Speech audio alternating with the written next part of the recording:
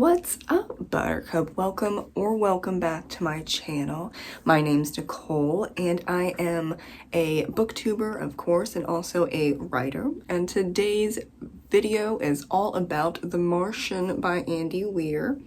I usually don't read sci-fi, but my husband recommended this book because we watched the movie and I cried my eyes out. It was 5 stars, perfect movie, which is saying something because, yeah, not a fan of sci-fi anything, but it was just different. And so then when my husband bought the hardcover copy of The Martian, I had to try it out.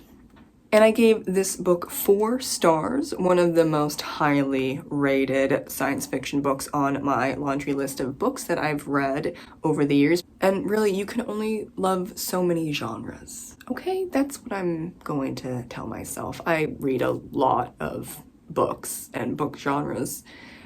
Never really connected with sci-fi. But like I said, the movie was great. It wasn't too highly focused on the sci-fi. I think really it was the story of saving someone and how to make that happen. And then it just happened to be, on Mars. So I think that's why I really enjoyed the movie and of course the book. Andy Weir's storytelling pulled me in and I was really intrigued by the history of this novel and its publication background. Andy is not an astronaut or even a physicist, but his background is in computer science. So he knows a thing or two about how to research and how to translate really complex ideas and words into more digestible language and writing style for the everyday person, because yes, I'm for sure an everyday person when it comes to science. I really love science, but my brain just doesn't work like that, so you need to dumb it down. Like, really bring that down.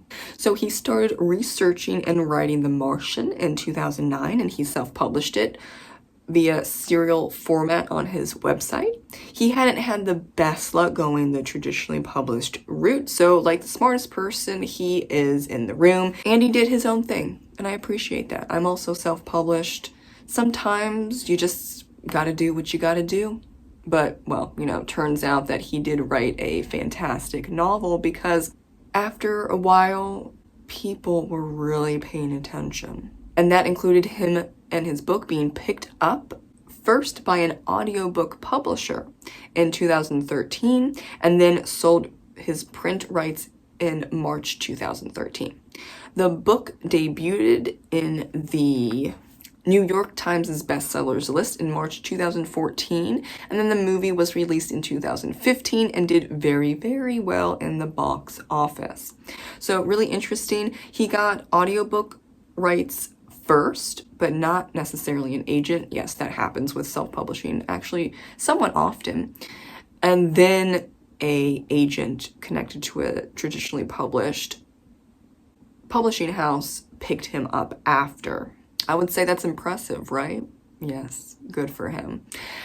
The gist of The Martian is pretty simple. It's the year 2035 and a NASA crew on a ship to Mars runs into a very bad storm and threatens the ship and the crew. Mark Watney, our main character, is flung out of sight by the dust wind, and the mission commander, Melissa Lewis, has no choice but to take off without Mark to save herself, the ship, and the remaining crew. But yes, it does turn out that Mark is fine. The book focuses on NASA trying to keep Mark alive and help save him, and of course, Mark's point of view throughout this whole process, which I found fascinating. The book is mainly in the view of first-person point of view through Mark as journal entries from him while he's on Mars, and really going through the everyday life of trying to stay alive, and it's very focused, of course, on the science of staying alive on Mars, because I know for sure I would be dead. Okay, but he is really a genius, and so he's doing things that are obviously scientifically amazing, and then they finally, after, you know, many things that NASA and Mark does, they finally get in touch with one another, and so he gets help more and more to keep him alive longer for them to somehow save him.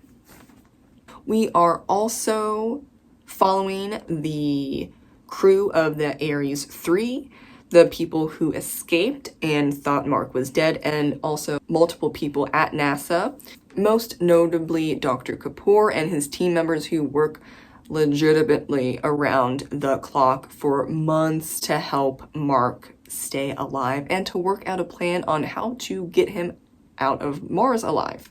I really enjoyed this novel, like I said, 4 stars, because the technical science and math stuff went over my head. I think even dumbing it down, yeah. I actually have math disabilities, math dyslexia specifically, so the numbers switch on me, and yes, that is a thing. Thank you, don't at me in the comments. I have proof. Math and science goes over my head when it comes to numbers. There's a lot of numbers involved. Of course there are. Of course. That's not a dig. It's just that I couldn't fully immerse myself in all of that technical stuff because it wasn't making sense to me personally. And I don't think I'm the only one, because this is pretty high level math and science. So I'm trying not to feel bad about myself and my lack of understanding of all the things, or, well, probably, let's go with 85% of the things in this book. I'm trying to be nice to myself. My husband loves math and science and is obviously way better at them than I am and has more interest in those topics. And even he said if I was getting too confused about the math and the science and all the technical breakdown, which did last a good portion of this book, which, yes, makes sense, but he was like, yeah, if you're losing interest, just skim.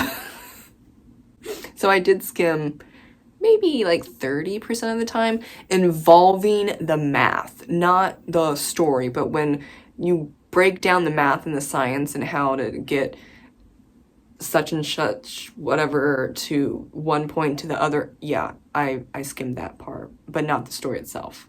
I know that's part of the story, but you know what I'm saying? Okay, anyway, moving on. And I think that this story really is about the idea of no one being left behind and how to help your friends and family and your colleagues out of a terrible situation where no one was at fault for creating. So yes, definitely science fiction, lots of math, lots of science, but I think that's the core of the novel and why people like myself who don't read sci-fi still enjoy the book and the movie, because it's really about saving someone and how do you do that, and yeah, we're not leaving him behind. I think that's very moving. Space travel is very dangerous and bad things can happen, and yes, you think about the collective, but it still hurts the crew, especially the commander, when they left Mark behind and not even being able to go out and look for his body. And I think it was just very real when the commander felt extremely guilty leaving Mark behind, even though it was the right thing to do. And he mentions that when they speak for the first time, and even, you know, a couple of times after, Mark states outright, you did the right thing, and I don't blame you at all. And I think that was a moving and intellectual thought process, because, yeah, you have those other crew members, you have this ship, you have just a bunch of stuff going on, and you can't find Mark.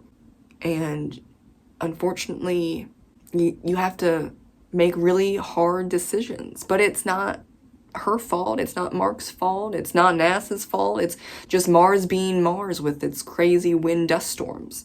And sometimes you're just unlucky when it comes to, well, anything, but when it comes to space travel and science and all of that grand things, where there's no antagonist in this book. And I think that's fascinating because Mars is Mars. This is Mother Nature. This is the universe. This is space.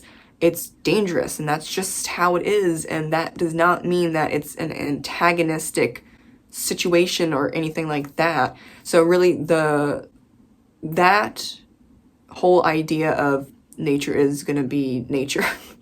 And okay, what do we do with that? Well, that means we've got to save Mark because he's surviving on Mars and we can't leave him behind. That's really fascinating and lovely at the same time. I think that's what makes this book so compelling. It's because that Mark's funny and he's surviving with the help of hundreds of people, some that he knows and he's very close with, but most that he does not know. But they still care about him because we're all human beings living out our lives on our own, but also as a collective. Because we rely on millions upon millions of people every day to live our own individual lives. So yes, we are individuals, but globally, yes, globally, we rely on many, many people. And in this sense, whether we realize it or not, and it kind of blows my mind whenever I think about it, so I don't try and think about it all that much, but you see it pretty well done in this book, and you realize that we are much bigger than just ourselves or state or country. We are at this point, or especially in 2035, where it seems to be really way more technologically and sound than here at this moment in 2025, when I'm releasing this video. They're more technologically advanced, and they're including a lot of other places, namely countries, in helping Mark or just really funding space travel in general. So in a sense, we see that in this novel with Mark. Everyone in this novel is rooting for him, and the readers are rooting for him too. That is great storytelling. I highly recommend The Martian to people who want to read a book about a touching sci-fi story that, yes, there's some math and science heaviness on it, but just skim it a little bit, just a little bit. We are really focused on saving this one man that is a compelling, well-rounded, and funny character, even during very dark, troubling times. That is at no one's fault. It's just Mars being Mars. And that's fascinating, like I said, in and of itself. Thank you so much for watching my book review on The Martian, and I will see you in the next video. Bye!